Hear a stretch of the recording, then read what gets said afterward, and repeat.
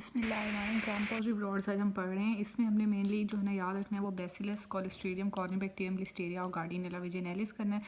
तो बेसिलस और कॉलेस्ट्रीडियम जो है ना ये स्पोर फॉर्मिंग है, ठीक है। बाकी तीनों स्पोर फॉर्मिंग नहीं है। तीसरा ये कि जो बेसिलस है वो है एरोबिक और जो कॉलेस्ट्रीडियम है वो एनारोबिक है। अब ये जो है ना ये सारे जो है ना ये डीपली स्टेन लेते हैं और ना ये जो बेसिलस और कॉलेस्ट्रीडियम है ना ये लार्ज ग्राम नेगेटिव रॉड्स होते हैं और जो बाकी कॉर्नी डीपली स्टेन लेते हैं और ये लॉन्गर होते हैं। जो कॉर्निबैक्टीरियम स्पीशीज़ होती हैं वो क्लब शेप होती हैं, एक साइड से थिनर होती हैं, दूसरी साइड से थिक होती हैं। और जो कॉर्निबैक्टीरियम लिस्टेरिया जो ना ये वी और एल शेप रॉड से एरिया होते हैं। जो गार्डिना जेनेरिस है वो है शॉर्ट वेरिएबल रॉड, बाकी सारे लॉन्ग आ जाते हैं। अब बेसिलस का पढ़ते हैं। तो बेसिलस में हमारे पास मेनली दो आती हैं, anthracis curious, bacillus anthracis curious वही स्पोर फॉर्मिंग्स हैं, ये एरोबिक्स हैं। अब बेसिलस एंथ्रासिस का पढ़ें तो ये ना नॉन मोटाइल है और ये ना वूल सॉर्टेड डिजीज़ करा रही होती है। अब एंथ्रेक्स जो है ना वो हमारे पास 3 रूट से एंटर होती है, या तो क्यूटेनियस के ज़रिए, या पल्मोनरी इनहेलेशन के ज़रिए, या जीआईटी के थ्रू।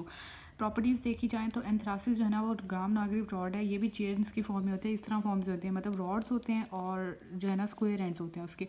और इनका जो कैप्सूल होता है ना वो डी ग्लूटामेट से बना होता है और यही नॉन मोटाइल होते हैं। अब इनका बताया है कि जो एंथ्रेक्स टॉक्सिन होता है वो एक प्लाज्मिड में कोड हो रहा होता है, लेकिन जो पॉलीग्लूटामेट कैप्सूल है ना वो डिफरेंट प्लाज्मिड में कोड हो रहा होता है, ठीक है। और जो इसका कैप्सूल होता है वो भी डिफरेंट होता है, डी ग्लूटामेट। अब अगर हम आगे याद करें तो इसकी ट्रांसमिशन जो है ना, तो ट्रांसमिशन जो है ना स्पोर्ट्स की जो होंगी वो सोइल में भी पड़े होंगे, पड़े काफ़ी ईयर्स तक पड़े रहते हैं। जो ह्यूमन्स होते हैं ना, जब भी कोई ट्रॉमा होगा, अब जो इसका सिनेरियो होता है वो कहते हैं बंसन ट्रॉमा है, उसके बाद उसको जो है ना डिजीज़ हो गई है, क्रैप बन गया, इस तरह ब्लैक सा स्कार बन गया, तो क्या चीज़ हुई है। तो कोई भी ट्रॉमा होगा जिसकी वजह से वो जो स्पोर्स होते हैं ना एनिमल प्रोडक्ट्स पे, जैसे कि हाइड्स, ब्रिस्टल्स, वो उसकी वजह से ये एंटर होंगे। और स्पोर्स या तो हम इनहेल भी कर सकते हैं बाय इन रेस्पिरेटरी रूट्स के ज़रिए। जो इनहेलेशन के ज़रिए आते हैं वो लंग्स के ज़रिए होंगे, और जो हम जीआईटी के थ्रू कंटेमिनेटेड मीट के ज़रिए होंगे वो दूसरे जीआईटी रूट के होंगे। इनहेलेशन एंथ्रेक्स कहते हैं वो कम्युनिकेबल नहीं होता है पर्सन टू पर्सन, और इसकी जो सीवेरिटी ऑफ इन्फेक्शन होते हैं ना, मतलब वो भी नहीं, कम ही होती है।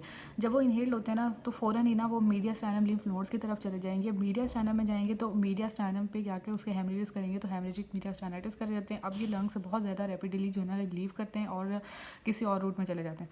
अब इसकी पैथोजेनेसिस आ जाए तो पैथोजेनेसिस में हमारे पास दो इसके टॉक्सिन्स होते हैं, जिन दोनों को कलेक्टिवली हम कहते हैं एंथ्रेक्स टॉक्सिन। एंथ्रेक्स में हमारे पास एडिमा फैक्टर होता है, लीथल फैक्टर होते हैं, इसकी दो प्रोटीन्स होती हैं, ए और बी। जो बी होता है ना वो बाइंडिंग सब यूनिट होता है और यही प्रोटेक्टिव, इसको एंटीजन कहा जाता है। और ये जो है ना एंजाइमेटिक होता है, पी प्रोटेक्टिव इसलिए कहा जाता है कि इसके खिलाफ जो एंटीबॉडी बनती है ना वो डिजीज़ से प्रिवेंट करती है, तो इसको प्रोटेक्टिव एंटीजन भी कहा जाता है। अब जो एडिमा फैक्टर होता है ये भी वही एक्सोटैक्सिन सा, ये क्या करता है हमारे पास साइक्लिक एमपी को बढ़ाएगा। जब साइक्लिक एमपी बढ़ेगा ना तो जो सेल से जो फ्लूइड है ना वो बाहर निकलेगा और मतलब एडिमा करेगा उसकी वजह से। और यही जो है ना कॉलरा टॉक्सिन जो आगे पढ़ेंगे उसका भी सेम यही होगा। लीथल फैक्टर क्या होता है, ये हमारे पास जो सिग्नल ट्रांसडक्शन पाथवे होता है ना उसमें हमारे पास माइटोजन एक्टिविटी प्रोटीन काइनेज होता है, ठीक है। उसको जो है ना फोस्फोकाइनेज एक्टिवेट कर रहा होता है। तो ये क्या करता है, ये एक प्रोटीज है जो कि इस फोस्फोकाइनेज को तोड़ेगा। अब ये फोस्फोकाइनेज ही एक्टिवेट नहीं होगा तो हमारे पास सिग्नल ट्रांसडक्शन पाथवे ही जो नॉर्मल सेल को कंट्रोल कर रहा होता है ह्यूमन सेल्स में वो नहीं होगा, तो उस वजह से क्या होगा, सेल की ग्रोथ रुक जाएगी। और ये है इसका लीथल फैक्टर आ जाता है उस वजह से, और यही लीथल होता है। मतलब प्रोटेक्टिव एंटीजन पोर्स भी बना रहा होता है ह्यूमन सेल मेम्ब्रेन में, और एडिमा फैक्टर और लीथल फैक्टर को एंटर करा होता है सेल में। और ये एंटीजन वाली बात बता दी। क्लिनिकल फाइंडिंग्स में देखा जाए तो टिपिकल नहीं है, जो है ना पेनलेस अल्सर होगा, ठीक है। ब्लैक स्कार, लाइक इस तरह ब्लैक स्कार होगा जिसको क्रस्ट कैप कहते हैं। इसको मैलिग्नेंट पॉस्ट्यूल हो जाएगा, ये इर्द गिर्द इसकी एडिमेशियस हो जाएगी, इसको हम कहते हैं ब्लैक स्कार। और इस वजह से, और इसके बाद जो है ना जब ये हो जाएगा ना तो उसके ऊपर बैक्टीरियल इन्फेक्शन होने के भी चांसेस हैं और इसकी वजह से डेथ भी हो सकती है। अगर पल्मोनरी इनहेलेशन के ज़रूरी आए तो उसको वूल सॉर्टर डिजीज़ कह सकते हैं। अच्छा, बैसिलस एंथ्रेक्सिस मैंने कहा ना कि ये स्क्वायर एंड्स होते हैं इसके, तो ये box car like gram positive road भी कहलाता है। और ये कॉमेट टेल अपीयरेंस भी दे रहा होता है, इस तरह स्क्वायर्स होती हैं और इस तरह लंबी लंबी जो है ना टेल्स की फॉर्म में होते हैं। वूल सॉर्टर डिजीज़ का बताया रहा है कि जो वूल सॉर्टर डिजीज़ होते हैं ना इसमें मेनली वही इन्फ्लुएंजा, कफ, सबस्टेंशियल प्रेशर होता है और उस वजह से ये हेमरेज, क्योंकि ये ना लंग्स से बहुत रैपिडली लिम्फ नोड में चले जाते हैं और वहाँ मीडिया स्टैनम के, तो मीडिया स्टैनम लिम्फ नोड्स प्रिवेंशन कर देंगे, सेप्टिक शॉक और डेथ करा देंगे। और ना कहते हैं कि नमोनिया नहीं नज़र आता, वो इसलिए नहीं आता क्योंकि ये ज़्यादा टाइम के लिए जो है ना लंग्स में नहीं करते, ये रैपिडली मीडिया स्टैनम लिम्फ नोड्स की तरफ जा लेते हैं, तो इस वजह से मीडिया स्टैनर वाइडनिंग्स भी नजर आएंगी हमें। यही डायग्नोस्टिक क्राइटेरिया इंपॉर्टेंट है। दूसरा ये कि हमारे पास सिम्टम्स ऑफ जीआईटी एंथ्रेक्स होगा तो वॉमिटिंग, एब्डोमिनल पेन और ब्लडी डायरिया होगा। इसमें ब्लडी डायरिया होता है। लेबॉर्ट्री देखा जाए तो मैंने पहले बता दिया था कि लार्ज ग्राम पॉजिटिव रॉड होता है, चेन्स की फॉर्म में होता है। स्पोर्स इसके नज़र नहीं आएंगे, वो इसलिए नज़र नहीं आएंगे कि स्पोर्स तब होते हैं जब न्यूट्रिएंट्स की डेफिशिएंसी और न्यूट्रिएंट्स कम हो, तब स्पोर्स बनते हैं। तो प्लेंटीफुल इन्फेक्टेड टिश्यू हो जाएगा। नॉन हिमोलाइटिक क्लोनीज जो है ना ब्लड एगर पे एरोबिकली हमें नजर आएंगी, क्योंकि ये एरोबिकली करा होता है। क्लोनीज जो ब्लड एगर पे होंगे ना, वो हमारे पास कॉमेटिल अपीयरेंस दे रहे होते हैं।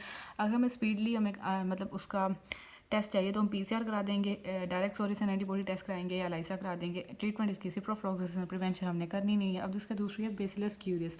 तो क्यूरियस में आर आता है, तो मतलब राइस मतलब रीहीटेड फ्राइड राइस के ज़रिए से होता है। ये फूड पॉइजनिंग कराएगा। रीहीटेड फ्राइड राइस के हो गया मतलब वो वार्म है जो मैनी आवर्स के लिए। तो एंट्री इसकी जीआईटी की है, क्योंकि हम राइस को खाते ही हैं, इनहेलेशन के थ्रू तो नहीं होगा। उसके बाद पैथोजेनेसिस, तो इसकी वही इंटेरोटॉक्सिन्स के भी दो होते हैं। एक वही एडीबी राइबोसाइलेशन करा रहा होता है, एडिपोज ऐड कर रहा होता है जी प्रोटीन से, वही एडिनाइलसाइक्लेस को इंक्रीज करा होता है, वही साइक्लिक एमपी कंसंट्रेशन इंटेरोसाइट्स को इंक्रीज करा होता है। दूसरा सुपर एंटीजन जो हमने स्टेफिलोकोकल इंटेरोटॉक्सिन में पढ़ के हैं, उसमें यही कि इंटरल्यूकिन मैक्रोफेज से एक्टिवेट करेगा, इंटरल्यूकिन 2 जो है ना वो टी हेल्पर सेल से हमारे पास एक्टिवेट करेगा।